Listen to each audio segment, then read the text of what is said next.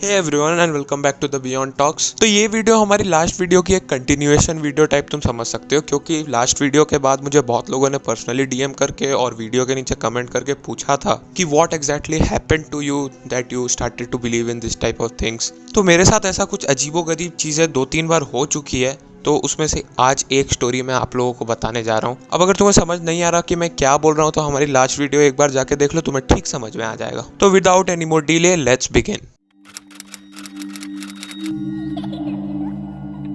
तो ये बात है 2017 मार्च के, जब मेरे फाइनल एग्जाम्स हो चुके थे और रिजल्ट वगैरह सब कुछ आ चुका था। नया सेशन स्टार्ट होने से पहले का जो समय होता है ये उस टाइम की बात है। तो बेसिकली इस टाइम पे हमें मोस्टली 15 से 20 दिन की छुट्टियां मिलती थी, लेकिन उस ईयर लकीली हमें थोड़ा ज़्यादा छुट्टियां मिल रही थी।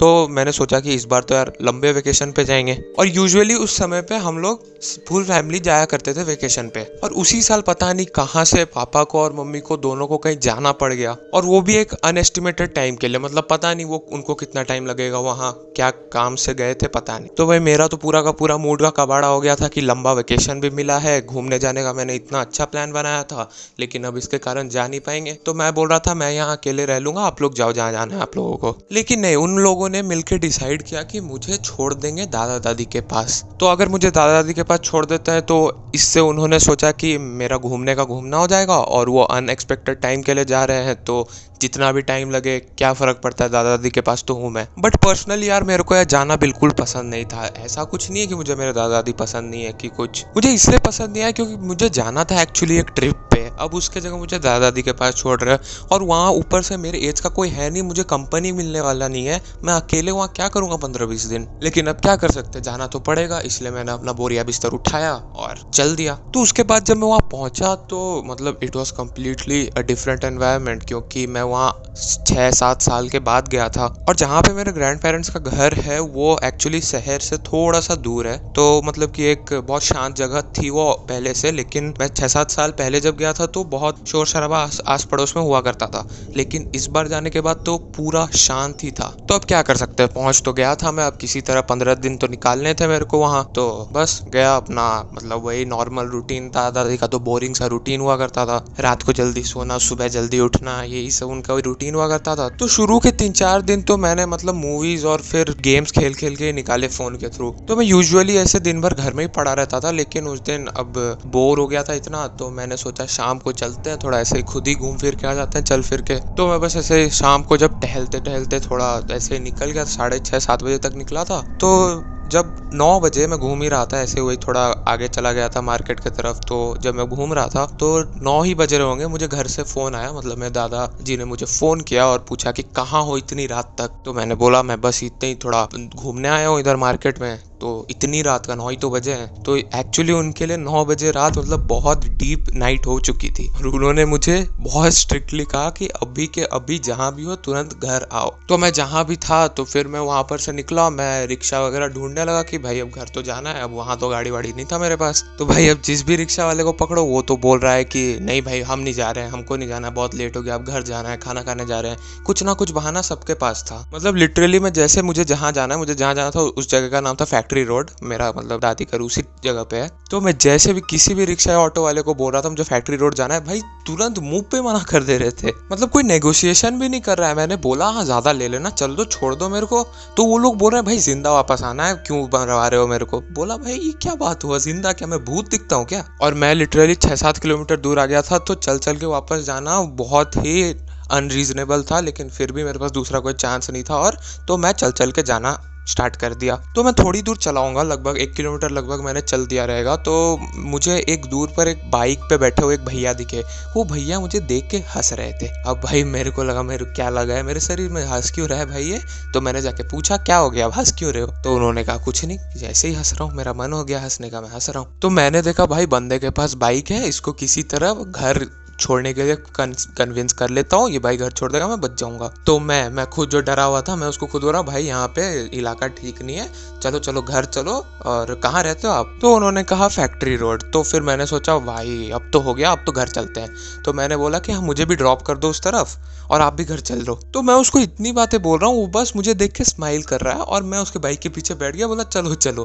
तो वो भी चल दिया, उसने मतलब मुझे ठीक घर भी छोड़ दिया। तो मैंने उससे पूछा भाई आप कहाँ रहते हो? तो उसने मुझे इशारा करके बता दिया 2 घर आगे। तो फिर मैं भी बोला अच्छा ठीक है, तो अगर आप ऐसे रोज घूमते हो तो मैं भी चलता हूँ आपके साथ रोज घूमने के लिए, मैं भी अभी इधर ही हूँ। तो उसने कहा मैं घूमता तो नहीं हूँ रोज, लेकिन हाँ टेनिस जरूर खेलता हूँ रोज सुबह सुबह, तो अगर तुम्हें मन है तो तुम आ सकते हो खेलने के लिए। तो मैं भी भाई बोर ही हो रहा रहता हूँ, तो मैंने सोचा ठीक है चले जाते हैं। तो मैंने सोचा हाँ दिन भर तो घर में ही पड़े रहना, चले जाते हैं। तो सुबह सुबह मतलब कि तुम घर से निकला किसी तरह, तो मैं भी पहुंच गया जहाँ पे मतलब उसने दिखाया था मुझे कि यहाँ मैं रहता हूँ। तो मैं बस गेट के बाहर पहुंचा, तो बाहर अंदर से आवाज आई आ जाओ। तो मैं गेट खोल के अंदर गया, तो भाई अंदर क्या मैसिव घर था वहाँ, मतलब एक प्रॉपर लॉन टेनिस का लॉन बना हुआ था। तो भाई उसने मुझे थोड़ा बहुत टेनिस सिखाया, फिर हम खेलने लगे। और बातचीत में वो ज्यादा कुछ करता नहीं था, हमेशा वो कुछ ना कुछ एंशियंट टाइम्स की बातें या फिर मतलब इंडिपेंडेंस वॉर की बातें करते रहता था। अब अगर तुम लोग सोच रहे होगे कि मैं उसके घर तक चला गया लेकिन उसका नाम वगैरह क्यों नहीं पूछा, तो देखो सबसे पहले तो मैंने उन्हें कर्टसी से भैया बोल के बुलाया था और फिर मैं वही बुलाता था उनको। और यार उनसे इंटरेक्शन करने वक्त एक अजीब सी वाइब आती थी, मतलब कि कभी कभी तुम्हें ऐसा फील होता होगा कि you don't want to be interrupted at all by anyone, and that makes you so indulged in the conversation that you don't want to answer, don't want to ask anything। मतलब ये feel उसी तरीके के जैसे कि अगर कोई तुम अपनी वेब सीरीज या एनीमे देखते हो तो उसका कोई भी एक एपिसोड यू वांट दैट कि वो चलता ही रहे हमेशा के लिए, कभी खत्म ना हो, वैसी वाली फील आती थी। तो मैं ऐसे ही रोज कंटिन्यू करने लगा कुछ दिनों तक। और उसके बाद मार्च का महीना था, तो होली आने वाली थी। तो होलिका दहन के एक दिन पहले जब मैं जा रहा था वापस, तो उसने मुझे कहा ठीक है अब मिलते हैं अगली बार। तो मैंने उसे कहा अगली बार क्या होता है, कल तो होली है, कल तो मिलेंगे, कल साथ खेलेंगे होली। तो फिर उसने बस वही स्माइल जो करता है, स्माइल करके मैं चला गया, वो कुछ नहीं बोला। तो नेक्स्ट डे होली और उसके मतलब होली का दिन, उसके नेक्स्ट डे होली। तो मैं दोनों दिन देखा कि उसका घर जैसे बंद रहता था वैसे ही बंद था। और होली के बाद मैंने जाने का कोशिश भी किया 2-4 बार, तो उस टाइम पे भी बंद दिखा मुझे घर।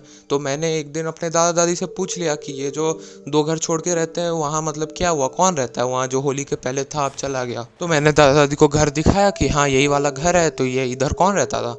तो मतलब कि उन्होंने कहा इधर अभी पिछले 50 सालों से कोई नहीं रहता है। तो फिर मैंने उनसे पूछा कि है घर किसका, वो तो पता होगा आप लोग को। तो उन्होंने कहा कि यहाँ पहले रहा करते थे मिलिट्री के ऑफिसर्स।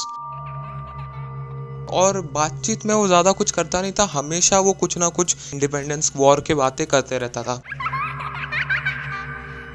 और मेरे दादाजी ने स्पेशली मुझसे कहा कि बेटा ये घर तेरे बाप के पैदा होने से पहले से बंद है। तो मैंने ये साफ सुनने के बाद मैंने साफ साफ मम्मी को फ़ोन किया, बोला कि मेरी टिकट्स कराओ, मैं जा रहा हूँ यहाँ से। तो मैं नेक्स्ट डे निकला वहाँ से और अपने घर आया, मम्मी पापा को सारी बातें बताई। उनका सिंपल रिएक्शन था आगे से वहाँ जाने की कोई नीड नहीं है। तो भाई क्वेश्चंस तो बहुत सारे हैं कि भाई वो कौन था एक्चुअली, और मैं जहाँ खेलने जा रहा था वो सिर्फ मेरे साथ ही ऐसा क्यों हो रहा था, और मुझे ही क्यों दिखा इतने सालों बाद। तो बस यही एक छोटा सा इंसिडेंट था, एक मेजर इंसिडेंट जो मेरे को बिलीव कराता है ऐसी चीज़ों में। So that was all from my side guys, good bye. और हाँ वीडियो लाइक करो बे, लाइक क्यों नहीं कर रहे हो, पैसा लग रहा है क्या लाइक करने में? और सब्सक्राइब भी कर देना, शेयर कर दो यार, इतना अच्छी बातें करता हूँ, शेयर कर दो प्लीज। चलो bye bye. They say humans are social animals, they can't live alone. But you can live pretty well by yourself. I tell you, instead of feeling alone in a group, it's better to have real solitude all by yourself.